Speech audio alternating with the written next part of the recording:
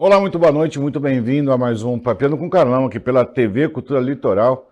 É um prazer sempre estar com você toda terça, quarta e quinta-feira, sempre às 19 horas, com reapresentação às 23 horas. Ou seja, perdeu às 19, você me encontra às 23 com certeza. Lembrando ainda que nós estamos pelo UHF, canal 48.1, pela Vivo, canal 518 e pela Claro Net, canal 522. Aproveito aqui já deixo o contato da nossa produção através do WhatsApp 13 95 550 0001. 13 95 550 0001. A intenção da gente estar fazendo esse talk show é justamente trazer as pessoas que têm a acrescentar à nossa vida aqui na nossa região da Baixada Santista. E hoje o assunto é altamente financeiro, né? Um assunto que preocupa ou não, mas preocupa muita gente sempre, né? A gente tem que saber sempre o melhor caminho para a gente se resguardar, ou seja, estar em dia e se resguardar também. Quem está aqui comigo hoje é minha querida Cristiane Punk. A Cris, ela é formada em Economia e Gestão Empresarial. É uma planejadora financeira. E hoje a gente vai falar um pouquinho sobre a Altara Capital, ou seja, a forma que a gente tem, através de uma consultoria, de estar no caminho certo e, além de tudo, a preservação do seu bem.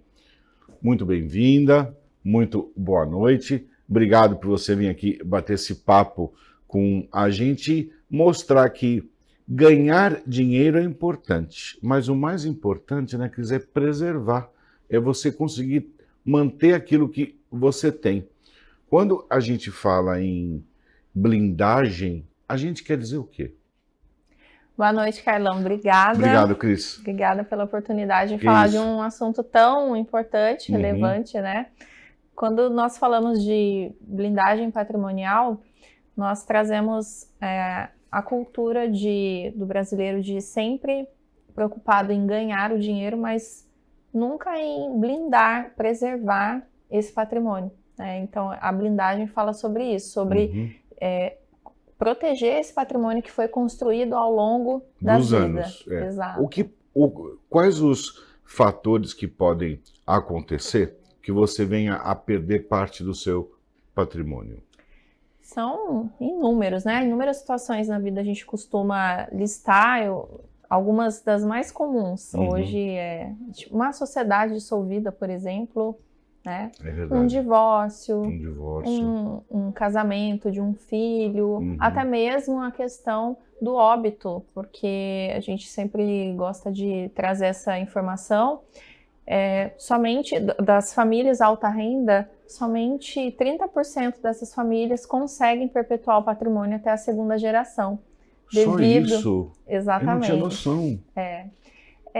Por questões realmente de não tratar o assunto com naturalidade, não fazer a estruturação da sucessão com antecedência, então aí de repente aquele patriarca ou matriarca, né, vem a óbito e então os herdeiros começam aquela questão da disputa, além de trazer muitos transtornos familiares, há uma dilapidação do patrimônio, né? Porque aí tem custos extras com advogado, processos que podem correr anos. Então, essas situações a gente sempre cita que são as mais comuns aí quando a gente fala da questão sucessória. E também a questão fiscal, né? Impostos. A gente precisa sempre buscar uma eficiência tributária, que é a melhor forma da gente pagar menos imposto dentro da lei. Sim, mas aí o imposto pode fazer o quê? Ele pode pegar parte do seu patrimônio? Legalmente isso funciona assim ou não? Sim. Porque, na verdade, o que acontece muito, em muitas ocasiões, é da pessoa ser bitributada sem saber, né? Então, muitas vezes não tem ali um contador que possa prestar uma consultoria, né, de fiscal ali, e esse empresário, essa pessoa, ela pode estar, sim, sendo bitributada. Exatamente E, isso. obviamente, ninguém vai bater na porta dela e falar, olha, toma seu dinheiro de volta aqui que você pagou a mais. Não vai acontecer isso nunca, O contrário não, né? O Quando paga menos, sempre a é. gente é cobrado, mas o contrário não. Sim. Quando você fala de contabilidade, a gente vê que realmente requer uma alta responsabilidade.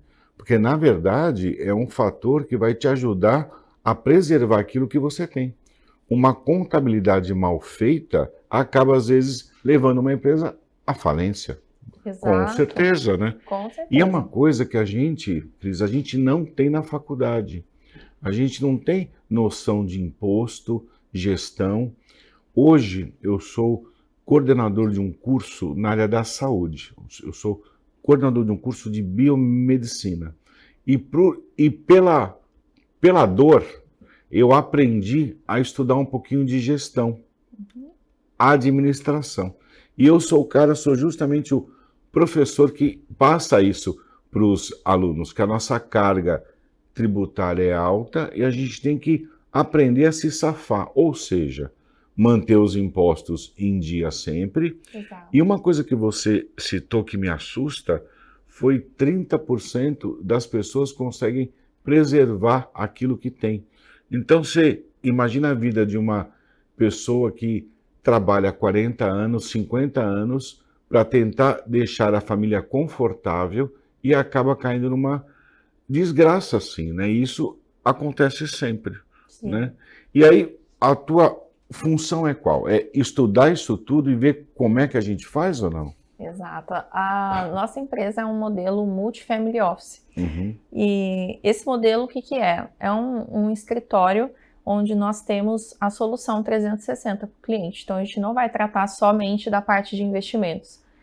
Hoje, dentro do nosso escritório, eu sou a parte estratégica, realmente, de investimentos, mas nós temos outros profissionais ali dentro que são os nossos braços para fazer esse trabalho para o cliente. Então, eu sempre Inclusive a parte jurídica, né? Exato. Então, nós temos advogados ali para cuidar da parte de questões sucessórias, de repente verificar a questão de uma oportunidade do cliente ter uma holding, se isso gera uma eficiência tributária para ele ou não.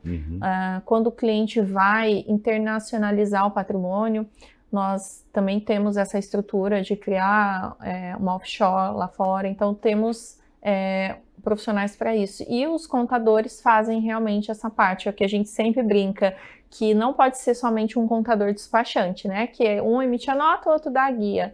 A contabilidade para o empresário, para ela funcionar, ela tem que conversar muito, né? A gente conversa muito ali, porque um acaba dependendo do outro. Então, muitas vezes, o que eu vou estabelecer como uma estrutura de sucessão, usar um veículo sucessório, vai depender muito de como que essa empresa está estruturada, qual o regime de tributação. Então, isso são detalhes que fazem toda a diferença na hora de estruturar ali o caminho certo. O caminho certo, exatamente. Porque a gente tem vários modelos de tributação. O assunto tributário no Brasil não é fácil. Sim. Tanto é que tem o direito tributário, não é verdade? Sim, então tem uma legislação complexa e que funcione bem. E acaba assustando, às vezes, o caminho, Cris, que a gente escolheu 20 anos atrás, que nem sempre foi o melhor caminho. Sim. A gente não tem um apoio governamental dizendo qual é o melhor caminho que você faz, nem tampouco, quando você paga 2 vezes, acender um flag dizendo, Carlão, você pagou isso aqui 2 vezes. Existe um outro caminho que você pode pagar menos. A gente não tem esse apoio. Quando a gente fala de formar uma offshore, é o quê? É uma empresa lá fora. Onde, exatamente. Funciona assim, explicando bem simplificado mesmo. Seria a mesma estrutura da holding aqui no Brasil, mas lá fora, né, para colocar o patrimônio. Isso a gente fala quando um cliente já tem um patrimônio bastante relevante, e aí a gente vê se faz sentido, né? Porque muitas vezes, hoje em dia, até mesmo a holding aqui no Brasil é muito, é moda, tudo é holding, a gente precisa entender, faz sentido, o patrimônio do cliente comporta ou não. Então, aí quando a gente cria essa estrutura lá fora, para realmente trazer essa eficiência também pensando em tributação, porque lá nos Estados Unidos a questão de tributação de herança lá é bem pesada, pode chegar até 40%. É bastante, né? É bastante. Então, a partir de um determinado valor de patrimônio, é interessante sim o cliente pensar em outras estruturas lá fora. Eu já vi alguns casos de alguns conhecidos que chegaram a fazer offshore mesmo na América do Sul. Sim. Uruguai, Paraguai está em alta, né? Agora que a gente escuta falar de imposto, né? Sim. Muita gente acabando indo para lá para poder pagar menos, né? Ou enfim, quando a gente fala em imposto, às vezes não é só pagar menos, porque a gente trabalha, né, aqueles quase meio ano para pagar imposto. Sim. É muita coisa. E aí a gente começa a ver o pequeno lucro que você iria ter, você acaba pagando imposto. Exato. E às vezes, Cris, o que sobra não sustenta a máquina toda. Quando eu falo máquina, é funcionário, são insumos, Sim. aluguéis. Então, às vezes, o lucro que você tem não faz isso funcionar. Sim. E aí a primeira coisa que deixa de se pagar é o imposto. Justamente para você poder fazer a máquina girar. Quando a gente fala de máquina girar, a despesa com funcionário, a gente sabe que às vezes um funcionário custa 100% a mais. Exato. Então, se tem um funcionário que custa 4 mil, na verdade ele te custa quase 8. Sim. E aí você vai somando isso tudo, assusta, é desanimador. Mas é bom a gente saber que hoje a gente pode ter essa alternativa e o melhor caminho que tem é exatamente esse, através de uma planejadora financeira. Ou seja, ninguém vai chutar nada. Você vai ter a situação real que você está, aquilo que vale a pena você fazer ou não, com um pezinho bem no chão. Com isso, a intenção é que sobre um pouquinho a mais. A intenção é essa e que você esteja o seu patrimônio preservado. É um papo interessante pra caramba. Tá gostando do papo? Segura aí que a gente volta já já.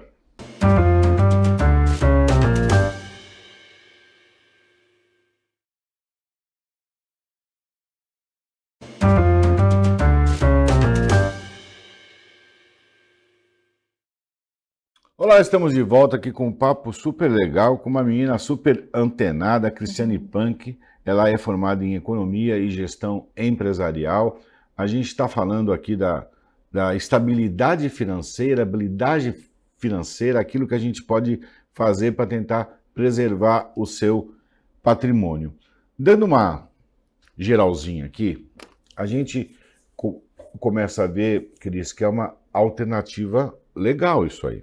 Você ter, pelo menos, ou fazer uma consulta. Eu sei que você está me assistindo com o celular do lado aí, já segue aí para mim, @altaracapital, @altaracapital. E o site é altaracapital.com.br. Fica aqui em Santos, na Avenida Conselheiro Neves 756, conjunto 1201. Mas já segue aí, Altara Capital. E quem quiser seguir a Cris é @cristiane.punk, @cristiane.punk com K. Cristiane.punk com K. Mas a pergunta que eu estava fazendo é que a gente escuta falar muito de blindagens, tudo. Isso é caro? Você é remunerada como? Como é que eu vou pagar a Cris? Fala para mim. Legal a pergunta, Carlão. É uma grande dúvida porque é um modelo que não é tão antigo assim no Brasil, uma coisa mais recente, né? Esse modelo de consultoria independente, family office, ele vem lá dos Estados Unidos, da Europa, e isso já é muito consolidado e vem ganhando força no Brasil. No Brasil já tem há alguns anos, mas era mais voltado para clientes com grandes fortunas. Quando a gente está falando de clientes com patrimônio de 50, 100 milhões de reais. E isso, com o tempo, foi se democratizando e né, foi se percebendo essa necessidade de trazer algumas soluções, estruturas para um cliente com um ticket menor que está nessa fase de construção. E dito isso, esse modelo Family Office, eu não tenho comissão de banco nem de corretora. E aí? E aí? Quem me remunera é o próprio cliente. Então, a remuneração é sobre o percentual do patrimônio administrado. Entendi. Então, existe ali, né, uma tabela de acordo com os valores de patrimônio. E aí, isso faz toda a diferença, porque o cliente entende que nessa de eu não receber comissão, eu estou trabalhando ali 100% nos interesses do cliente. Exatamente. Como eu trabalhei 16 anos em bancos, né? Então, assim, a gente... você tem uma visão legal, poxa. Eu trabalhei... Você entrou no banco com 14 anos, Cris. Entrei bem novinha, trabalhei em 2 grandes bancos, que foi o Bradesco, o Santander, e a gente percebe, né, que infelizmente há essa questão de conflito de interesse, de produtos bancários, né? Então, o banco é uma instituição privada que visa lucro, exatamente. Então, por melhor que seja a intenção da pessoa que está ali, ele é funcionário da instituição. Então, né, existe essa questão. Então, o nosso modelo, a gente não tem essa remuneração, embora nós tenhamos essa parceria com as instituições, o cliente escolhe onde ele quer ser atendido e nós conseguimos mapear as melhores oportunidades de investimento, onde ele vai manter o recurso dele dentro desse cenário, a gente, sendo remunerado pelo cliente, eu consigo recomendar com total isenção e o que acontece muitas das vezes, trazendo aí um caso real, a gente nunca promete rentabilidade, nada disso.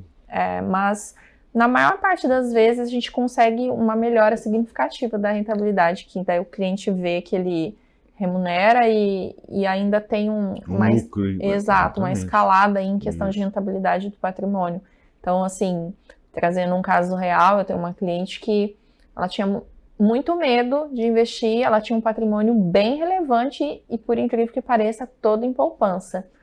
E aí a gente começou um trabalho e também eu trago essa questão da educação financeira, do cliente se sentir confortável naquilo que ele está fazendo. Então, quando a gente fala de um cliente que sente medo, ele está saindo da poupança para ir começar de fato a investir... Muita gente tem poupança de crise. É um valor absurdo, eu não tinha noção. É uma coisa absurda, assim. Muita gente. Aqui em Santos mesmo, a gente tem muito, assim, então, patrimônio relevante em poupança. Quando a gente pega, faz, né, levanta as pesquisas, tem bastante ainda. E a maior parte das vezes é por medo, né? Então, a pessoa, o medo de sair da poupança e ir para outras coisas, aí entende-se risco, enfim. Então, é uma relação de muita confiança e que a gente tem que ir ali trazendo. E aí, quando a gente fala de educação financeira, as pessoas acham que é só para o endividado, para a pessoa que não sabe. Não, o grande investidor, as pessoas de patrimônio relevante, a gente precisa trazer isso também. Porque muitas vezes é um profissional, um médico, um advogado, alguém que foi sempre muito bom ali na sua área, mas a questão, né, financeira... Viu que eu te falei? Lembra que eu te falei lá no início? A gente não teve gestão, não teve administração. Isso. Conversando assim com você, me deu um start, não é educação financeira, é inteligência financeira mesmo. Sim. Não é que você vai usar como uma opção, não. Você tem que usar para saber aquilo que você pode. Você concorda que a gente já tinha uma preocupação, todo mundo tem, uma preocupação, ainda mais aqui no Brasil, onde anos atrás todo mundo acordou com um valor fixo na conta. Então, se tinha uma preocupação, Cris, agora tem uma master preocupação, se é que você me entende bem. Sim. Então, quando a gente fala bancos e pequenos bancos, assusta um pouco. Sim. Aonde, logicamente, a gente é assediado todos os dias pela internet. Tudo aquilo que vem, você sabe que é jogado ali e nem sempre traz o resultado. Conforme você falou, a função do banco, gente, é ter lucro. O banco tem que ter lucro. Quando você fica amigo do gerente, eu, no caso, amigo das minhas gerentes, sempre me ajudaram sempre, mas eu sou conhecido como o louco do consórcio. Aquele cara que acaba tendo 14 consórcios, que não sabe mais assim o que tem. Aquele tal de PIC, então, que você paga 100 por mês, tinha 60, 70. E aí a minha irmã falou, você é louco. Mas aí o caixa fala, ô, seu Carlos, quer fazer um PIC? Faz 5. Outro, faz 5. E às vezes a gente acaba investindo numa coisa que não é tão rentável assim. Então, assim, inteligência financeira é necessário, é uma coisa que a gente... Independente de quanto você tem que entender um pouquinho. Cris, mas deixa eu te fazer uma pergunta que está martelando. Por que essa área? Por que você foi escolher economia? Vem de família? Vem ou não? O pai teve uma importância, a mãe? Me fala. Sim, na verdade tem muito a ver com a minha história de vida, né? Eu vim de uma família muito simples, muito humilde, e desde muito pequena eu vim nesse processo de já... Enfim, eu estudei com uma escola particular na minha cidade, com bolsa de estudos. Da onde é? Em qual cidade? Eu sou de Lorena, interior de São Paulo. Tá. E ali dentro teve uma escola muito boa, que é o Objetivo, que me abriu portas. Então Legal, toda a minha isso, formação foi no Objetivo de Lorena, uma excelente escola. E depois de uma certa idade, eu estava acho que com 12 anos, eu prestei alguns serviços ali, em troca eu tinha bolsa para estudar. Então aí eu estudei bastante, Legal, porque eu pensava, eu queria mudar de alguma forma aquela situação em que eu me encontrava. Claro. Sempre meus pais trabalhando muito e sempre com bastante dificuldade, então eu entendia, e minha mãe sempre me trouxe isso, que eu ia mudar essa realidade estudando. Ela sempre falou, olha, eu não pude estudar e eu sei que se você estudar... É importante, né? Isso, eu acho legal você falar isso, é exatamente isso. A educação muda bastante. Muda, né? E pai e mãe tem uma importância grande e é importante ter essa visão financeira. Sim. Eu tenho um filho de 13, uma filha de 15 e eu também tento ter essa cultura financeira, né? Sim. Você tem tanto por mês, R$200 cada um, R$300, e é o que você tem. Sim. Pô, mas pai, então, se você quiser comprar algo de 600, você vai ter que juntar 2 meses para você ter. A minha filha é muito nova, mas ela é muito madura. Eu não moro em Santos, moro em São Caetano, e a minha filha estuda em São Paulo. Então ela vai para etapa estudar. Você sabe que uma etapa é um nível bem assim, arrojado e tal. E ela tenta fazer a administração do almoço dela. Ela tem um recurso para ela poder almoçar lá. Se ela um dia gastar mais, o outro dia vai faltar. E isso é importante, eu acho que sim. E assim, falando com você, eu falei, será que o pai ou a mãe é da área? Não. Não é nem pelo amor, é pela dor mesmo, de você saber o quanto foi difícil ou é difícil se manter. Eu acho que educação financeira a gente tem que começar a falar na escola mesmo, né? 5ª série, 6ª série, acho que você tem que ensinar isso, né? Seria o mundo ideal, né? Seria o mundo ideal. Nós que somos dessa área, somos planejadores financeiros, o sonho seria trazer isso para dentro das escolas, né?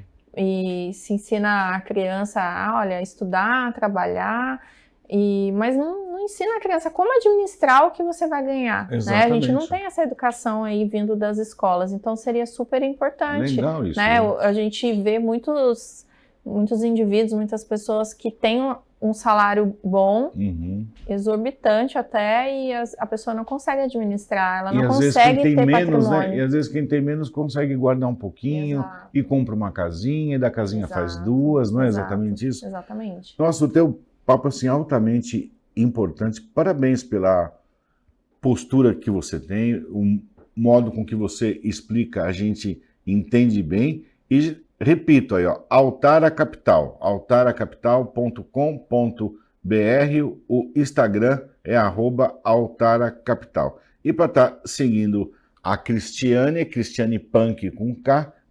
@cristiane.punk. Parabéns, gostei bastante. Obrigada, Carol. Sempre muito bem-vinda. Eu acho que vale a pena a gente recomendar e falar de assunto financeiro. Você volta, que eu vou fazer uma pauta sendo um pouco mais explícito, a gente falando da parte financeira na saúde. É importante isso. Muito importante. A gente vai marcar a sua volta. Legal. Obrigado mais uma vez. Eu que agradeço, Carol. Legal, né, gente? A Cristiane traz esse assunto, um assunto de relevância, onde a gente aprende que o lado financeiro não é só ganhar, e sim preservar. Para você que me assiste, um grande beijo, até a próxima, valeu, tchau, tchau.